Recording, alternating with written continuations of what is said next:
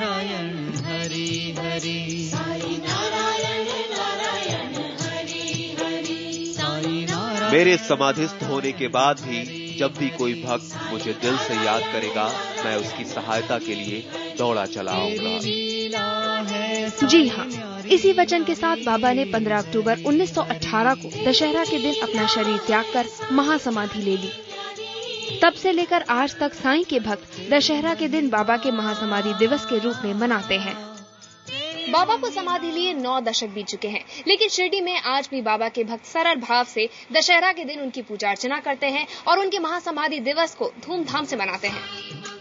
लेकिन सवाल ये है कि क्या हम बाबा को सही मायनों में समझ पाए हैं? कौन थे साईं? क्या थे उनके उपदेश?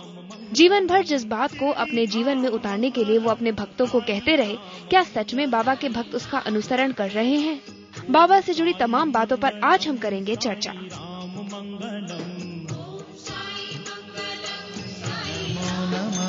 15 अक्टूबर 1918 को दशहरा के दिन साईं बाबा ने समाधि ले ली। आज हम दशहरे के एक दूसरे पहलू के बारे में आपको बताएंगे। दरअसल दशहरा के दिन शिरडी के साईं और उनके भक्तों के लिए खासा महत्वपूर्ण है। देखिए हमारी खास रिपोर्ट। दशहरा यानी बुराई पर अच्छाई की विजय, अधर्म पर धर्म की विजय। इस दिन श्री राम ने रावण का वध कर सीता जी को उनके चंगुल से छुड़ाया था।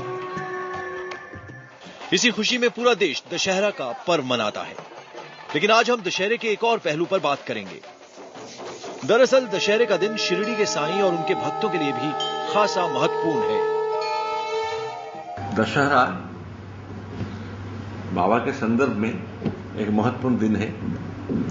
वैसे तो प्राचीन काल से दशहरा में देवी की पूजा आरती लोग करते थे, पर साईं के भक्तों के लिए उनके महाप्रयाण का दिवस है।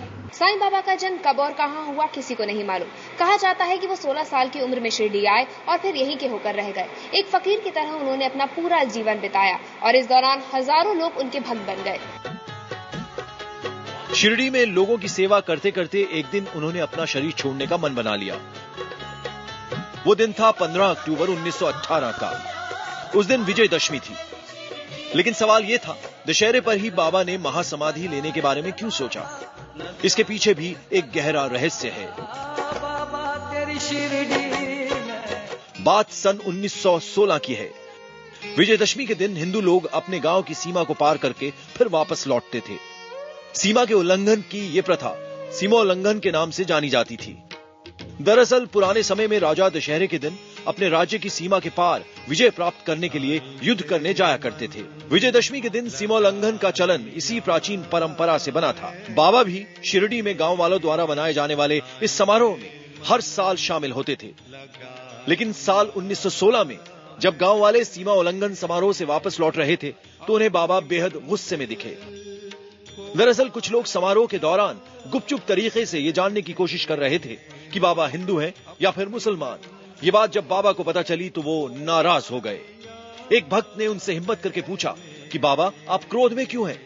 इस पर साईं ने कुछ न बताते हुए बस इतना कहा, आज के दिन ही मैं सीमोल्लंघन करूंगा। इस तरह बाबा ने दशहरे के दिन महाप्रयाण के संकेत दिए। दशहरा जाकर एकादशी प्रवेश होते होते अपराह्न के 2:35 पर शरीर छोड़े थे। बाबा ने इंगित दिया था कि वो शरीर छोड़ेंगे।